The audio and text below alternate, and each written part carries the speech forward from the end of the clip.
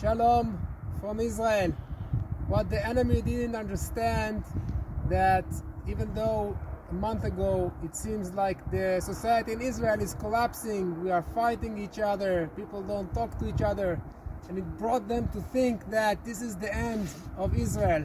So again, like many times in the history, we figure out and they figure out that once you hit one Jew, we are all together, joining, helping each other, fighting together.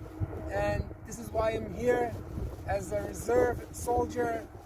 We are guarding here in Eli, and it's only part of what's going on now in all Israel, that people left their houses, left their job, and they joined to be strong against the enemy. So in one day it's all turned out to be 180% different, and Be'ezrat Hashem, we know that we are fighting for the good and we will win. Shalom from Israel.